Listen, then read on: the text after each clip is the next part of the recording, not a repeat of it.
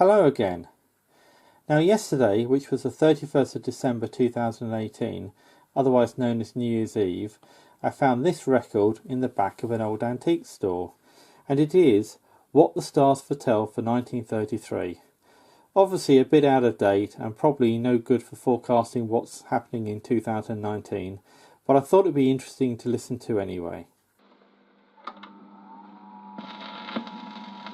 I am going to describe those world developments in 1933 which, in my opinion, are foretold by the stars. After all, those who read my press predictions will know that the stars are not unreliable guides. At the present time, unfortunately, the rays of the evil planet Neptune overshadow the world in general, and those nations which took part in the Great War in particular. The stars foretell that a kind of political and industrial fog will settle on the world. Nobody will be able to see ahead. Secret treaties, formulated since the war and suddenly brought to light, will add to the chaos. A word about our national finances. I regret to say that the stars foretell no complete recovery of prosperity for Britain in 1933. This is partly because those in power will be utterly incapable at handling the situation, and partly because of world conditions. However, we shall muddle through. The industry of the country will somehow keep afloat, and the city will not have too bad a time.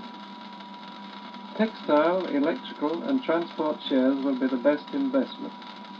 The great banks, however, will pass through a difficult time. The government will take some decisive step involving them.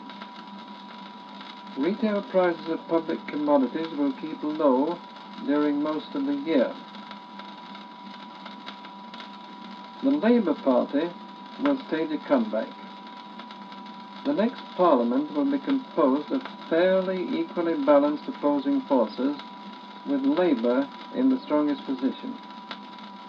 The present national government will be unable successfully to grapple with the abnormal conditions of the year. Now we come to the most hopeful feature of the whole situation. The fate of a country depends upon its supply of leaders. Even an incurable optimist would not claim that Britain since 1900 has had good leadership in either peace or war. Fortunately, between 1890 and 1900 the stars brought to birth a new and stronger breed of leaders whose power and skill will begin to manifest in the very near future. The unemployment problem will be still far from solved. Intense and increasing public alarm will be felt. Later in the year the situation will improve, especially in the textile industry and in all that pertains to transport by land and sea. Labour troubles will be severe and frequent, especially near February and July. Nevertheless, the year's experiences will be immensely useful to both capital and labour. Foundations of future satisfactory understanding will be laid. I foresee that the national government will scarcely survive 1933. Severe defeat on the unemployment question, or as a sequel to bungled relationships with foreign powers, might end their term of office in the spring of the year. If the national government weathers the storm, it may last a little into 1934. Among the first fruits of the stronger guidance to come will be an alliance with Germany, a more consistent colonial policy, and a vast sweeping away of cranky repressive legislation. The irritating restrictions which today glorify the sterile fanatic and restrict the sane citizen will be eliminated. An immense program of road construction and aerial development will be begun. It is rather too much to hope that these will be well in sight by the end of 1933. Nevertheless, the first glimmerings of the dawn will be seen. Make no mistake about it, Britain will win through.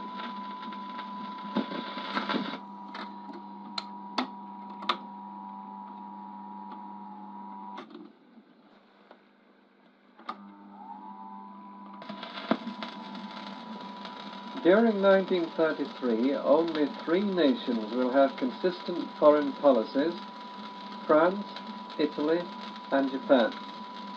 The French are blessed with political leaders who are almost statesmen, and the world will not be left in any doubt whatever as to what France wants. The same may be said of Japan. Both nations will cause great unrest to the rest of the world, but only in the case of Japan will the national program be successfully carried through. Germany will recover.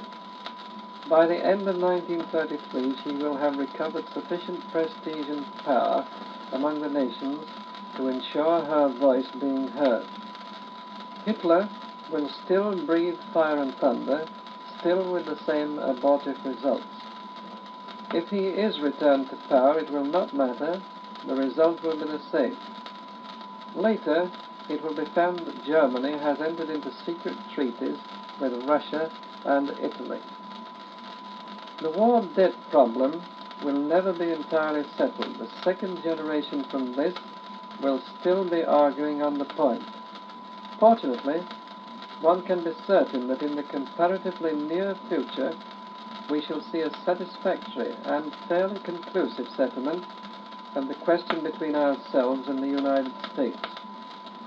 The French, however, will never be satisfied.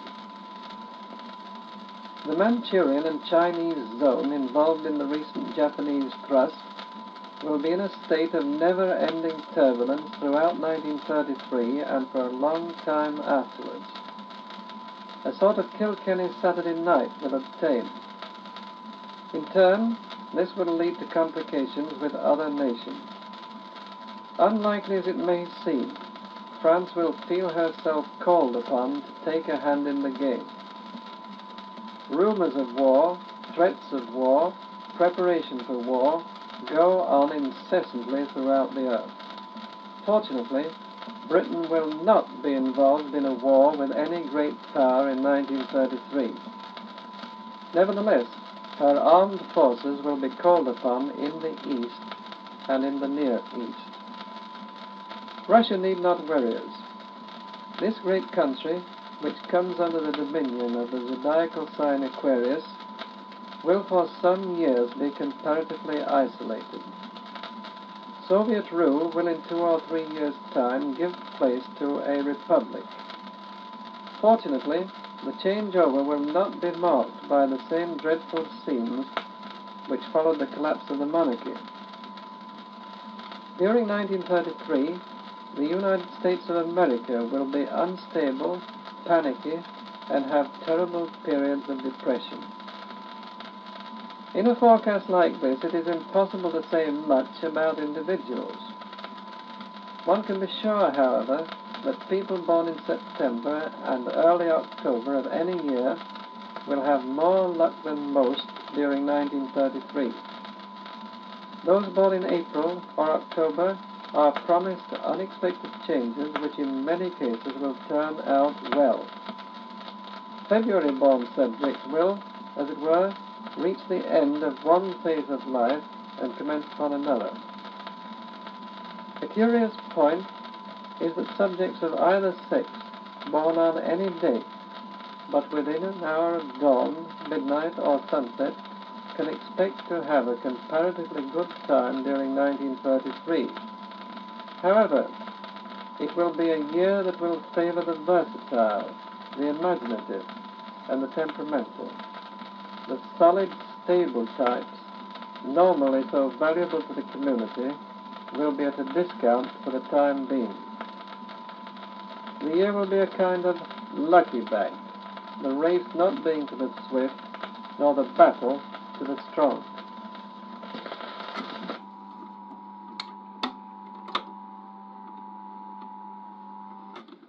Okay, that's it for now. Thanks for watching. Please like and subscribe, and hopefully get back to some more building videos in the near future. Thanks again.